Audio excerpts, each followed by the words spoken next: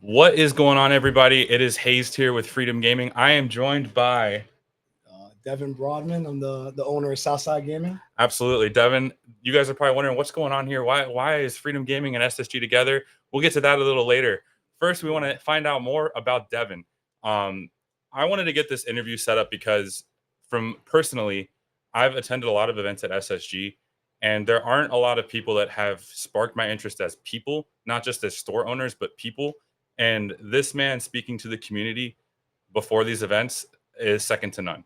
So I wanted to get a chance to sit down with him and go really peel back the onion of Devin, right? Of And course. and see what makes SSG SSG, but also who the guy behind the curtain is. Well, I definitely want to appreciate that. And first and foremost, I have to, Southside and SSG is nothing without the staff and the community. Yep. I mean, you guys are what drive me, and I can't tell you how grateful I am to have you guys part of the family. Like, I consider you guys family. Because without you guys coming in, none of this is possible. Yeah, absolutely. No, it's but I mean that you guys see it, right? Like that's what I see. And it is not sugar coated. He's raw and real, which is I mean we don't get enough of that at this day and age. So it's cool to see. Um, let's speak a little bit to SSG and about how you guys are setting the bar for LGSs across the country. Okay. So what really, for me, what's really important is providing a well organized event where it comes from. Not when I mean organized, I'm talking about judges. I'm talking about staff. I'm talking about having the product available for y'all. The stream, having a production. Yeah. Why I find that so important is because I find that it's very tough to get into. First and foremost, not to say anything about the Ravensburg. I think they're doing such an amazing job. Yep. But because it's a new game, there's not an online platform for you guys to get that type of repetition. Now I come from the poker world, so being able to see as many hands as possible is super important. I also come from the we can talk about that. I don't know if it's another question later, but I play a lot of like Hearthstone, Yu-Gi-Oh. Back then, and I being able to have the ability to get onto the platform and just play nonstop repetition is super important. To get to this is where having these big events attract a lot of competitive players. Yep. So getting a large field with not just a lot of bodies, but a lot of players that are competitive and share that type of passion, and being able to get exposure to that is super important. Yep. Right. Absolutely. And I mean, to me, for SSG, they have 3 days a week that they're running locals. So Sunday, Tuesdays, Fridays. That's the minimum, right? I believe like last week we had 3 pop-ups throughout the week, 6 days during the week that we had a chance to play Lorcana. And that's not to say you can come by the store and if Devin's available, he'll play you in Lorcana all the time. I see it every time I come here. I never get a chance to talk to him because he's always playing games. It's awesome. It's you don't see that from a store owner level, and it's just it rubs off, man. The passion rubs off in the community. So yeah, that's where do you see SSG like 3 years, a year from now? I mean, you guys have only been 6 months. 6 months. I mean, 8 months now, but yeah. If you really consider. So actually, our first event was the week of 626. Yeah, I remember. Yep. That's how I keep track of it too. That's exactly how I keep track of it, man. And oh my god, that's such a funny story. But when we first started, we had one bay. Maximum occupancy of our store was about 38. And I'm being conservative. It's 38, including my staff, right? And the event was, I think, 25 entries with a waiting list, and superseded that so quick. After that event in the turnout, I'm like, I call my landlord. We need to get the next bay right away. Okay. Yeah. So, but yeah. So where do you see it in the next year or so? Like, what's your future look like? If I peeled back the crystal ball of Devin and SSG, where do you see that? Honestly, I'm really pushing. So right now we have about, I want to say about 5,000 square foot of space. We're preparing for like a boba bar and a kitchen. I personally think in the next year we're looking to build a brand, right? So I'm not saying that it's official. We're going to hold circuits and whatnot, but I'm very big on pedal to the metal. Let's just ride the momentum. Keep providing a place for everyone to want to compete and play at. Oh man, the next year, sky's the limit. we're definitely gonna outgrow this spot, in my opinion. But who knows? Maybe we open up another one somewhere else. Hey, maybe love to hear that. Yeah, Absolutely. I mean, you guys have already, like you mentioned, the stream quality has grown so much exponentially after event. Like last set, I mean, it was, and again, like you said, not speaking ill of Robbinsburg or anything like that, but you've just taken that bar and raised it on your own. Like comparing to yourself, you guys are just leveling up ladder rung. But I don't want to spend this whole interview talking about SSG. It's an amazing place, an amazing local. I really wanted to talk about you, and who Devin is. So talk to us about your TCG experience, your journey. I know you mentioned Hearthstone and Yu-Gi-Oh, but let's hear a little bit about that. I consider myself a washed up old man, waste of talent. Yeah, right. So, well, I've always been very, very, very passionate about card TCGs. Right. Mm-hmm. I started off playing Yu-Gi-Oh. Matter of fact, I had another partner initially, and he was my best friend, childhood friend, and we opened this spot together across the street from here. I don't know if you guys are aware of this, but there's our childhood local game store was called Comic Connection. Okay. And we actually wanted to get the space across the street because that's where it all started. Wow. Right? I'm talking about I had to have been 9-10 years old, and our locals were about 60 players plus on a Sunday. It was oh my gosh, super nostalgic, so fun. Anyways, I was playing Yu-Gi-Oh, and as I got a little older, I kind of fell off and stopped playing. And I was so young, so I really couldn't afford some of the best decks because back then it was almost like pay to play. Like you need, in order for you to do well, some of these cards are really expensive. Yep. I mean, we didn't have all these platforms like TCG Player back then, all that. So, anyways, grew up. Now we're talking about back in 2011. I was in high school. I was a junior at the time, and I had this epiphany. I'm like, let me get back into card games. So I went to another local store, and I picked up a Yu-Gi-Oh deck, and it was about a 30-man local, and I came in second after picking up a deck. Wow. I'm just super passionate. Yeah, man. Right? Yeah. So, but I was playing sports back then. Yeah. I had a lot on my plate. I really couldn't push. Yeah.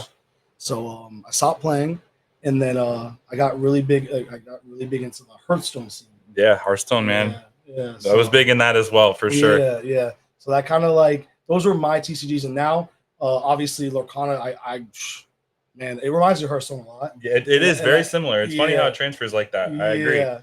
So those are the card games I'm accustomed to. Obviously, I dabbled a little bit into Magic. I dabbled into Pokemon growing up. I played Pokemon competitively. Yeah. But I never really got into like really, really grinding super competitive because I always had so much other stuff going on. Yeah, no, I hear you. Absolutely. And I kind of regret it, to be honest with you. That's why I live vicariously through everyone else. Yeah. My sponsor players and then my community. Yeah. But I don't want y'all to fool yourselves. Now. Give me a little. Now I'm taking the time to really, grind. Playing a lot of these higher, bigger name people. Yep. And which they're super cool, man. Yep. I was gonna speak to that. I mean, we had the 10K here a few weeks ago, and I know you had some matches against people that own Mickey Mouses, that own Worlds qualifiers. Listen, and it went in your favor from what I hear. I just want to say, I don't kiss and tell, but I felt like I felt like Thanos. I was going around getting all my Infinity Stones, man. Yeah. I was getting going from one invite player to another. Yeah. I got 2 gems though. I did get.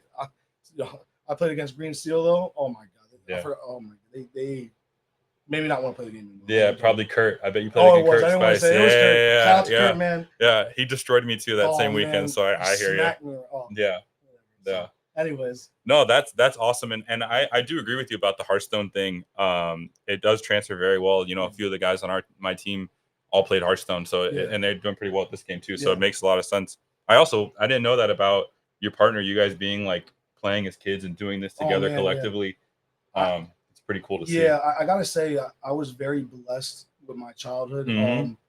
I had to this day we're all very close to. Even my ex partner, still my brother is still part of the store. I guess what I'm trying to say is that it reminds me of my childhood, right? Just everyone being together. It's just like there's nothing like it. Like I one thing I can say is, like I said, I was very blessed with my friends growing up and what we did together. Dude, it hits me right in the feels too, because obviously I'm not trying to hijack this interview at all. With the Freedom Gaming guys, I mean we're a team, but we're all just friends that have known each other from, I mean, kids. We were kids, 10, 11 years old playing games. And now here we are 20 years later playing games. Exactly. And that's what's so cool, right? So like, you know, a lot of people that are consumers or even players of these games, they don't understand that the average player base. I know when you look at a pack, it says 6 years plus. These games, like everyone is, you know, and what I love about it is that as we grow older, and especially and if you don't mind me asking, I'm 33. Oh, so we're the same age. I'm 31. Yeah. Bro, like we're very like, I don't know if our generation, we're very we're nostalgic, and we like really harp on like our past. Absolutely. And you know, that's why I feel like this community is so good, so strong, because we all understand how important it is to come together. I don't know, we just attract each other. It's like magnet. And it's a cool thing you've created here too, because you have like this hub, right, where there's always events going on, and because we all are very passionate about what we're into, it sucks you in, right? So you're here, you're like, all right, I finished my local an hour and a half ago, but I'm still here talking to the rest of the people attending or the SSG team, the staff, and it's 1:30. I need to get home. You know, like, I get yelled at every night. I get yelled at every night. My girlfriend literally she'll make sure I get dragged out of here. Yeah, I'm here till like 4 o'clock in the morning, just like play testing, whether it's between Lorcana or Yu-Gi-Oh. Like I just play test. I'm so obsessed with it. I'm so addicted to it. Well, along those lines, we got set 7 coming here. Obviously, big event this Saturday, 10K's tournament to kick off the new set. What are you excited for in set 7? New cards, new archetypes? So I really hope that this set just changes the game. And what do I mean by that? It gives other decks exposure, like other colors, right? I started off playing Lorcana with red blue, just because, you know, it's one of those, you know, it is what it is. Yep. I actually fell in love with, because of Hearthstone. Yep. I compare it. I love purple, so I'm a big Blurple guy, right? So I compare it to Rogue. So what I'm hoping is that we start seeing different decks get, you know, brewed, and I hope that they can compete with some of the bigger, you know, more, I got to say, more prominent decks, like, you know, with that's what I really hope. There's more exposure. Shakes up the meta. I really hope so. And I think the meta is going to get shaken for sure, just like whenever a new set comes out. But I really hope it broadens it to where, you know, if you're not playing red blue, if you're not playing purple steel, you know, purple steel, even that, or even like amber steel, or some sort of iteration of amber steel, bro. It's like you just can't. I don't know. On a larger level, it can't be. Locals is different. Like, I've seen some cool stuff in locals, but then again, it's like, you know, there's not. You know, I want to see them big event. It's always red blue, which is cool. But I want to see other stuff like that. I think what we're starting to see within Lorcana is, even within the colors, like say red purple, for example. Red purple maybe not the best example, but let's say Steel Song. If you're sitting across from an Amber Steel player, you don't know if that person is on the Diggy Diggy Hole version, if they're on the Steel Song version, if they're on a Mufasa version. We're getting more and more of that. So it's hard to lump everything into one color, which I'm loving, right? Because even Blurple now, you have a Blurple that can be traditional. You have one that can go more into the item heavies because it got bells and stuff like that we're going to have. You have Jafar Blurple I've messed around with just to try to pop off and get a bunch of lore in a turn. It's funny that you say that. The last local, I was playing Jafar Wheel, and I'm like, I don't know how. You know what my thing is with Lorcana, which I love, is that, in my opinion, because they're, you know, obviously you do have some of these online platforms that aren't official, but like the amount of the lack of data that we have on a higher level. I know you have the players that have been very prominent in other card games, bringing that experience here, but I mean, I just feel like there's not enough data to say, well, this deck's not as good as, you know, in my opinion. No, I think you're right. And because of that, I was playing Jafar Wheel just until the new set comes out. So fun, by the way.